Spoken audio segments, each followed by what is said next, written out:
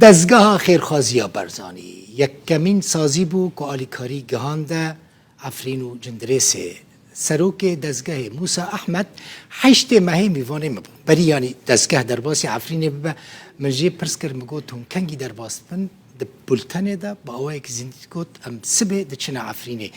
موسی احمد چو عفرینه لگل دزگاه خیرخوازی برزانی آلیکاری بلاف کرن رج عفرینه و گریا ناجی الاستودیو میوانه منه که موسی بخیراتی گلک سپاس بهنا عفرینه اشتدیه گلک سپاس و حتى وچه قاس تشت جهان ده عفرینو جندرسي وچه جهان ده ور سپاس بو في درفته کاروان می که وکو واجی دیتی اج 12 تران پیک هاتبو خارن آف و بطانی و سیتن حاضر ین سقلمیه بو خیزانان و سیتن جلو برگات دابون کاروانه ایکی گهشته ویدره و دوف دا کاروان دوی کل سر دا خوازیا خلکی ویدره پرانی پیک هات بو جه خیوتو جه ارزاق هشک او جی گهشتیه کاروان سه پیک هات بو جه تیمین تندرستی 5 آمبولانس و 15 کارمندین تندرستی و کمیکا درمان سر داخوازیا نخوشخانه عفرینه ما آماده کربون کاروان چاره آنها دره دایه 8 تریلینه او جی پیکاتیا جه خیوتو جه ارزاقی حتی نها 36 ترید ما گهشتینه ویدره و 8 جی دره دانه اگر همی بگهند بنا 44 تر حتی نها ما گهاندنه ویدره وهوني بردوام بكن هوني وقت انت بشين تأكيد يعني إيج أرمان جت ما أوبوا ما دويري جدا بحث كرت وما الجم واجي بحث كرت و مخابن ما جلك هول دايا وكو دزجها خير خوازيا بارزاني بجهين عفريني سالا 2012 دان وقت او کارا ساتت وان چه بوی کو بدوینه کو آلیکاری بهنه کرنه بوان ما هول دایا ما ده همي ريكا دا هول دا براستي يعني ما در ريكا كردان دا هول دا ما در ريكا سازي النيل دولتي دا هول دا UNHCR هول دا لي مخابن چين ابو ام جهشتين عفرينه بسپاسي ابو همي وان لاينان اوين كو هاري كاربون ديگل ما كو ام جهينه وي خلقي وي دريچ كو ام تزانين بلي وي كارا سطا مثلا كو بسر جندري سيهاتي ديسان دا عفرينه جي دا زرار نوي هبونه لي خلقی ویدرید د عالیه آبوری د عالیه جیانه دا جیانه کباش گلک ماسین وان هنه البرهندجی ما دخواز دیگل وانا دا بینج کو بردوام او وانجی تأکید دکر بتایبتی او کسین کو علاقه بما بهبویان تلفونین ما پیدا دکرن دخواز دکرن کو گلک بیتویه کو دزگه خیرخوازی بارزانی بهت ویدره پشتی کو افرا و شاهویان نخوش چه بو ام جارک دیجی سرساقی الوانا دکن جناب سروک بارزانی تأکید کرد که چاوا خدمتا هفلیر دیکن زیده درجی خدمتا وان کسین زیان لکفتی اوین که دعات هجه دا چه باجرین ترکیه باکوری کردستان و چه باجرین سوریه تایبتی جی افرین و جندریس روجاوای کردستان ام همین محاولات قابلن که هاری کار بین و سر داخوازی و سرپرشتی راستا خویا جناب سروکی حکومتی ما دست به هاری کاریا کرد ام بتنی نبود تیمن دیجی الحکومت هرما کردستان وکو تیمن وزارت تندرستی وکو تیمن وزارت نافخو برگری شهرستانی و دیسان هلال هایوا صورة ویدری اوجی دیگل مبون و دیتن دیهی ام به خدمت جناب سروکی حکومت دابون و دیسان جی سردان جناب سروکی حریم کردستان بو ترکیه و دیسان بو تیمت ما وقت تیمت مجی نزیک و دیتن ویجی کاریگری که معنوی و حتی بو خلک ودری جیها بو براستی نی او تشتن کو ما دیتی بچاوه خواه چج باجرین ترکیه باکوری کردستان و چج عفرین و جندریس براستی هندک تجبون از باور دکم همی او حوالین کو دیگل مدامن حتی دجیانا وان دادمینن او هیوین کو لعفرین المدهات نکرنه او دلي مزنع عفريني يعني ودقوت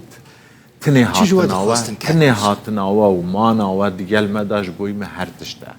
يعني راستا بروبلمين ما هنا جيانا ما جيانا كسخته لي بون هبونا وديال ماج بوي ماج فانتشتا حميا مزنت دا وماجي صوص دا يا براستي ماجي حمي محاولاتين فكرنا وكو دزگاه خير خوازي بارزاني بهر اوايكي بي ام ديال وانا دا بمينين ابا جبوي ما قال جرينج ام العفرينه بمينين ما ينودم دريجه العفريني ما اوفيسا خو فكريه انا هذا زغي خير خوازي بارزاني اوفيسا خو فكريه اگر چه بروبلم اداري نهينا پیشياما چكو ايك جه برانسيبن رخراوي نيف دولتي او اكو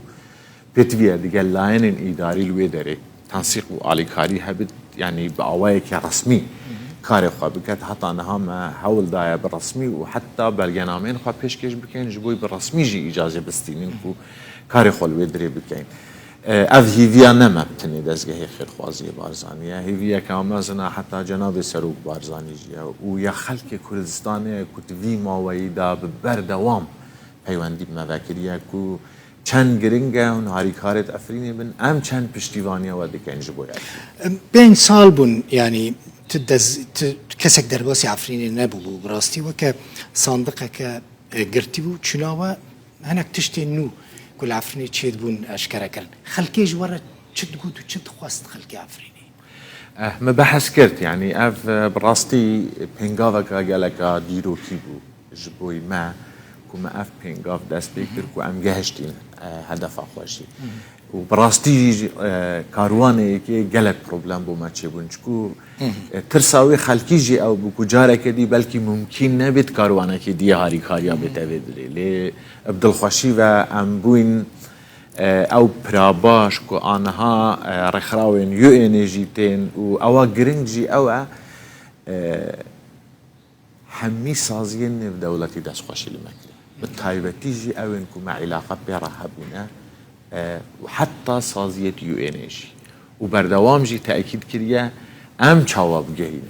يعني اواج بوي ما جوان دست كفتيا مهم ترك و ام ببين او درگاه دستگاه خير خوازي برياوة يعني او سازي درباسي عفريني ببن او سازي ناف دولتي نه برياما ريكن خوين رسمي هنا ليكو ام هاري كار بين لوي دري كاري خوا بگن يعني هندك جي هنا بلكي هاري كاريين خوا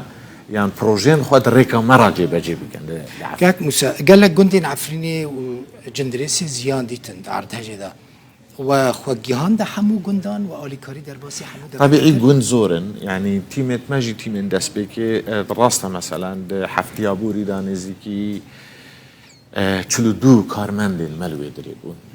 و کمک خو بخشی ما دست بکریش بوی هاری کاری و خو بخشی دگل ما کار بکن لگوندت فرهن ما دست بکریش بوی چونا گوندا راپورتین وهنا این تیم روداو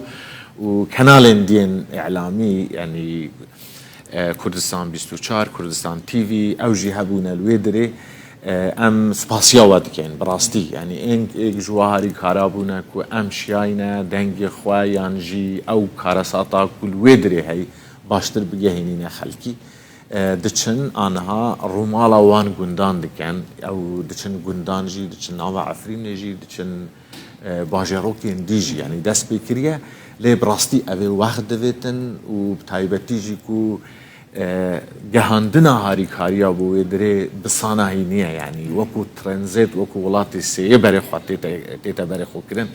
اجبرهنده بآسانی ام نشین هاری کاریا بگهینوی اگر نه پشتیوانی که گلک زیده هیا و از باور دکم اگر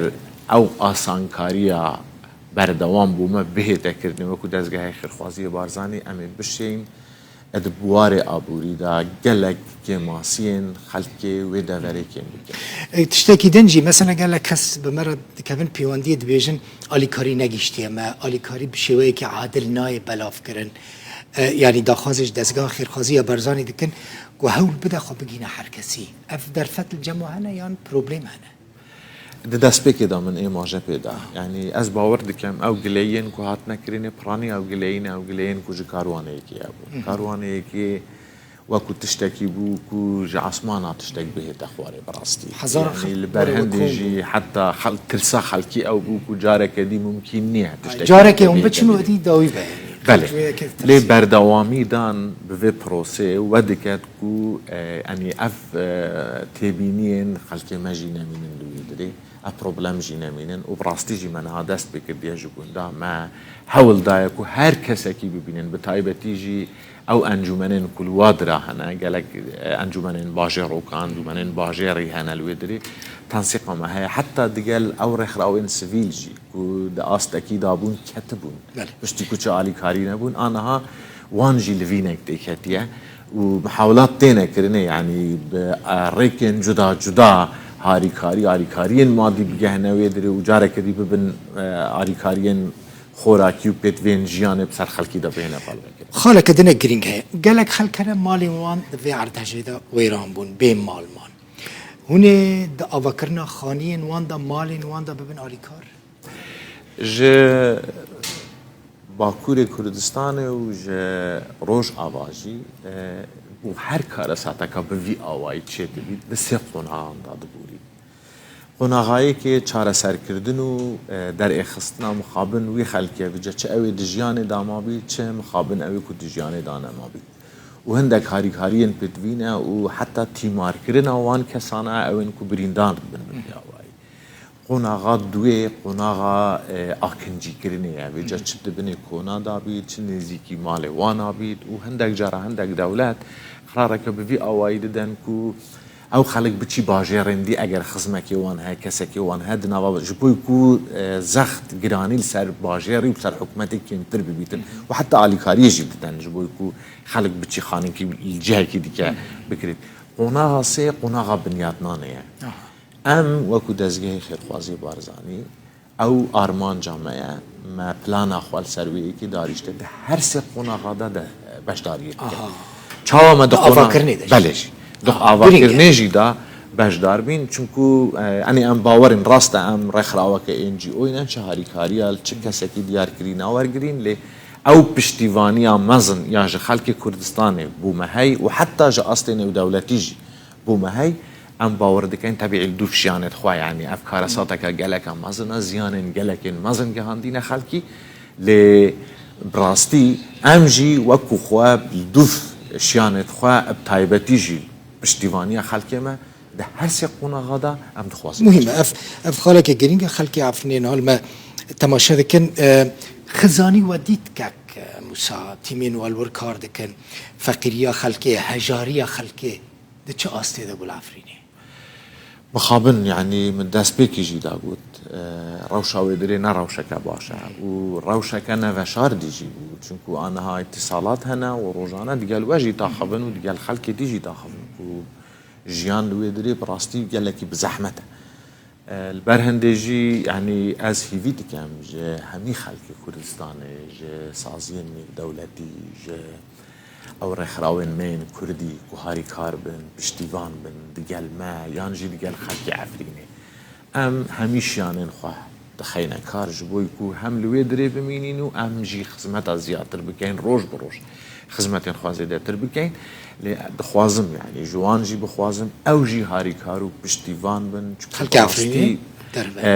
خلقي عفريني الدربة وكردستانيا ما الدربة ولاتي يعني وی که نشان ده یعنی او کارساتن کو بوی آوایی مزن چه دبن گلک درسان دادن مروفان اگر مروف بخوری بری خوب کتی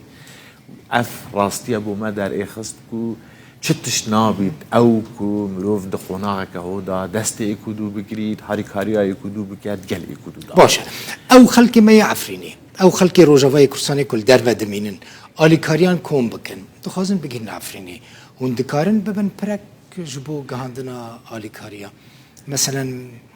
او دخوازن او آلیکاریا کوم دبکک مساف خالک گلکی گرینگه او آلیکاریا کل دروا خلک عفرینی خلک روجوا یندن کوم دکن بگ دخوازن بگینن خلک خل عفرینی یعنی نکفن او آلیکاری نکفن دست عربو یانجی غریبین کواتنا عفرینی هون دکارن بی کاری رابن ثاني ام آلیکارین مروی دکین یعنی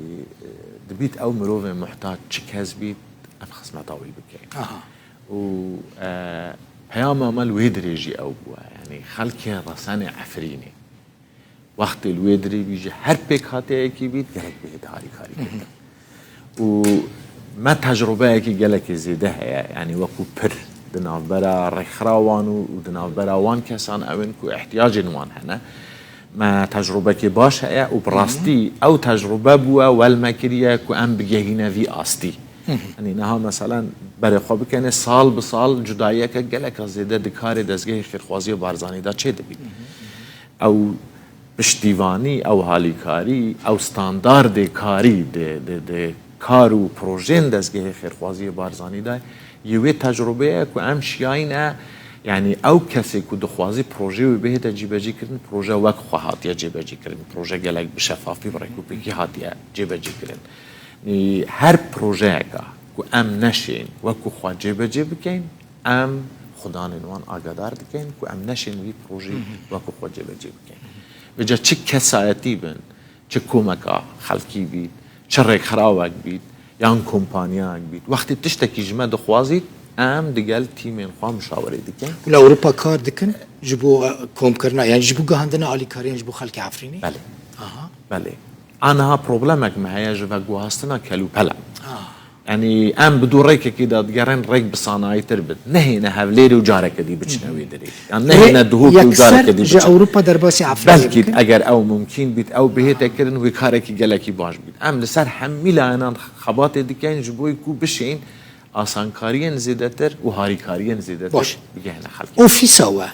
خلق مراق دکه اوفیسا دزگاه بارزانی لکوداری ادریس و چیه دناوا عفرین دایا مرکز ده دناوا مرکز عفرین دایا بله از باور دکم برینها رخراو کادیت دا کار دکر او رخراو نمای آنها حوالین مکتنت دا کاریت دا دکن و اگر تو گلک مرق جیب که از باور دکم دو وبسایت ده مدانیه ناو نشانه تخت نتاری بزنی بیلکی جان محل تخت بیرام نای والله جاره که چی عفرینی نه نزیده اوه جارایی اوه جاره که زحمت تخمو تاخی جارایی که از دچم و ام نشیان زیده جی بگرگی دگری لفنی کم ما میوانداری یک چکر و کو به بیداری که بو جناب سروک جی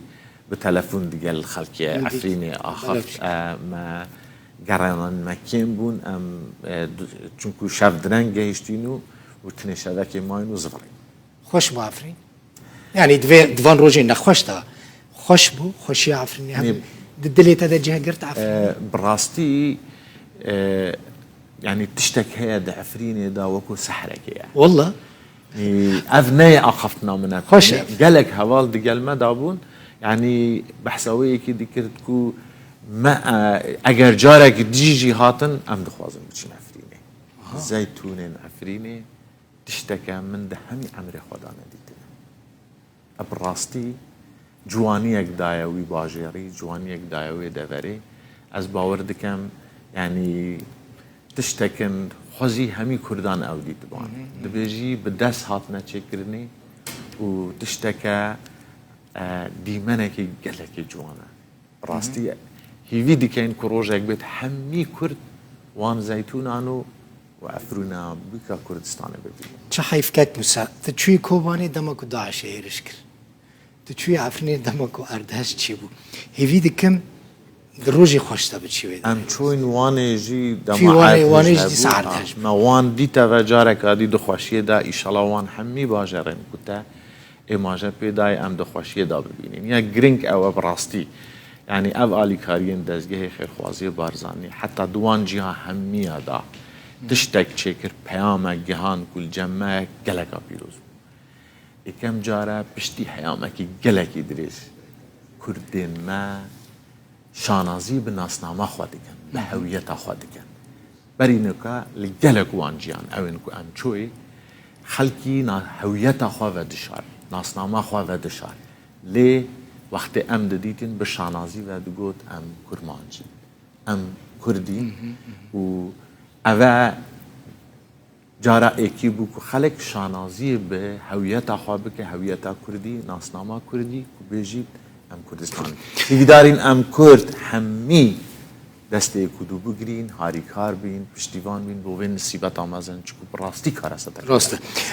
ده هیوی اکه دی خلقی عفرینی که هونی الور دم دریج بمینن اگر ده دسته مدابی از بخواجی مانگک لورد بم مانگک لورد جدی باور بکن مش عفريني يا بني رك ليه ام نشن ام اونينا اوين قرار ددين لي باور بك ما كاريگريا کا گلا کام از اگر قرار دست دبه ما هکل فرد مینی ما هکل عفرینه دبه اول سوز مجالك شوزت خادي قالت بيك انينا لفي داري حمون سوزين كنت ذي بولتنا مدى دانا من تبيك اني براستي بله وجا براستي چونا ما بويره ما ديت ايرو يونيس يارجلوي وسازين ديجلوي بو يعني اوا تشتككو ام وكو دزگه خيرخوازي بارزاني ويناوي بيروس كو از باور دكم عفريني جي وكو گلك دورين دين كردستاني اون وكو پرانيا دورين كردستاني شانازي بويناوي دكم چونا و بيگمان جدای کارگری که گلک آمازن هبو ام شانازين كو ما اف درگه بو خلق افرینه و جندرسي وکردیه و ام ده شاناستر بین کو ام دیگه الوان دابون دباره که گران دا سرملی خوکک مثلا ناوی جاره تبچی عفرینه و گلک هست بیجن ام چیب دراتین بو عفرینه گلک گوتیا بشینی عفرینه گلک عفرینه بینداری انا راست گلک گوتیا زور سپاس بوی میوان من مالا تا آوا مالا و آوا همو کسی کنه حال اوفیس اول و داره کار دکن و دستی و ثابت دستی خوابتم تج برکو جعفرینه هاتیه گلک سپاس سروک دزگاه خیرخواسی یا برزانی موسی احمد میوان مبوی مالا تا آوا زور سپاس